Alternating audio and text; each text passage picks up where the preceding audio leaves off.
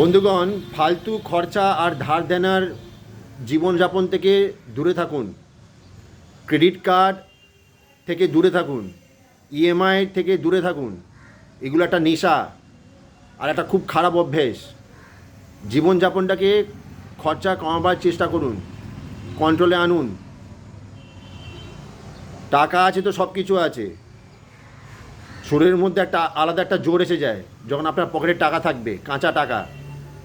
যখন আপনার ব্যাংকে টাকা থাকবে, আপনার মনের ভেতরে একটা একটা সৎ সাহস চলে আসবে যদি টাকা থাকে।